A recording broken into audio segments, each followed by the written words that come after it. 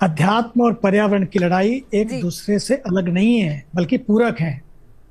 Ganga action परिवार और global interfaith wash alliance जी। आज यूनिसेफ से भी, हमारे यहाँ पर यूनिसेफ से भी सभी धर्मों से सारे हेड्स आए हुए हैं यहाँ पर।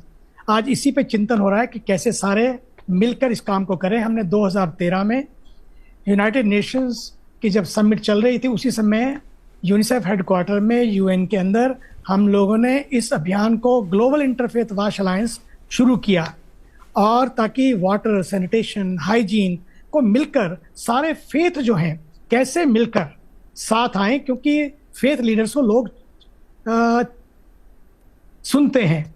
वो लोग डील नहीं करते, वो लीड करते हैं लोगों को, तो उसको लोग सुनते हैं। इसलिए ऐसे प्रयासों की जड़ें केवल अभियानों में नहीं, अंतरात्मा की पुकार में है। जब हम माँ गंगा को माँ मानते हैं ना, जी। तो उसका रक्षण केवल हमारा दायित्व नहीं, हमारी भक्ति बन जाता है। फिर बिल्कुल। यही संदेश हम रोज गंगा आरती के माध्यम से परमार्थ निकेतन ऋषिकेश से देते हैं।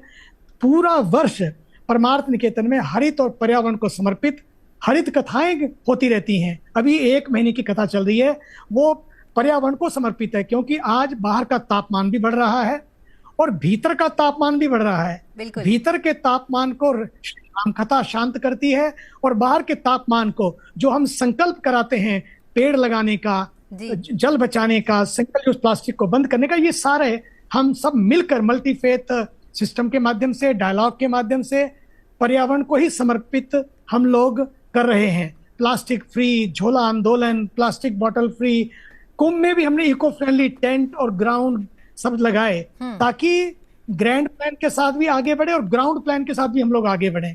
हमें दोनों प्लान पर, हमें ग्रैंड प्लान भी बने, सरकार के लेवल पर सरकार बहुत अच्छा काम कर रही है, बहुत बढ़िया काम कर रही है, लेकिन ग्राउंड लेवल पर समाज को भी उसी तरह से मिलकर बढ़िया काम करना होगा, ताकि व्यवहार परिवर्तन हो और जागरूकता आए। और यही हमें अध्यात्म सिखाता है कि पर्यावरण बाहर नहीं, भीतर है। जब मन शुद्ध होगा तो नदियां भी निर्मल होंगी। ये लड़ाई प्रदूषण से पहले प्रवृत्ति से है। ये लड़ाई पहले बाहर के प्रदूषण से पहले भीतर के प्रदूषण से है। व्यवहार से पहले विचारों की लड़ाई है ये।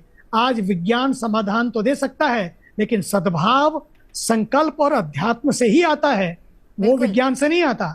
जब साधु संत, इमाम, पादरी, सारे धर्म के धर्मगुरु एक साथ जल, जीवन और जन के लिए उठ के खड़े हो जाते हैं ना, तो वो आंदोलन नहीं, आशीर्वाद बन जाता है। इसलिए यदि धरती को बचाना है तो धर्म और धरा दोनों